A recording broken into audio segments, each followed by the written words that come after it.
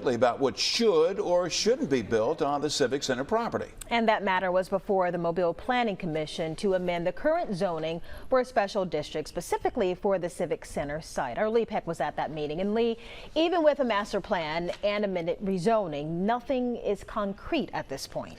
Well, that's right, Lenise and Byron. Not until they have a developer, which they say this process will set the dynamic of what can actually happen on the property. However, as you're about to hear, not everyone believes it's been perfect. It's 27 plus acres of prime real estate. The city encouraging the Mobile Planning Commission to approve a master plan, as well as creating a new special district when it comes to zoning for the Mobile Civic Center site. So I would say that it's been thought out. Perfect? Probably not. But it's a starting, that's not only a starting point, I think it's way down the road to being what ultimately could be built on that site.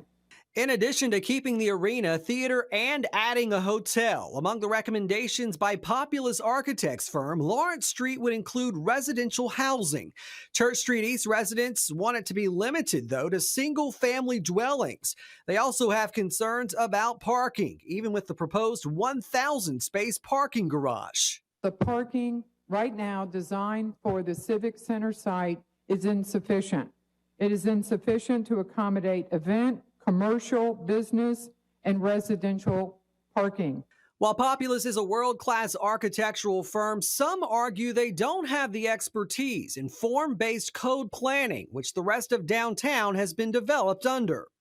Our city code requires a master plan for this special district, and I would urge you to tell the city council that you cannot make these decisions until a planner has been hired who knows form-based codes and who can make the proper recommendations.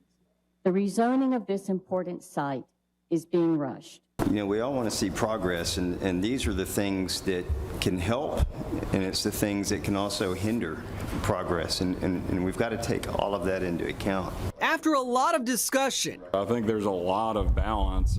Commissioners approved a master plan for rezoning with amendments to include buildings facing Lawrence Street be no taller than 3 stories and also include parking for residents on site.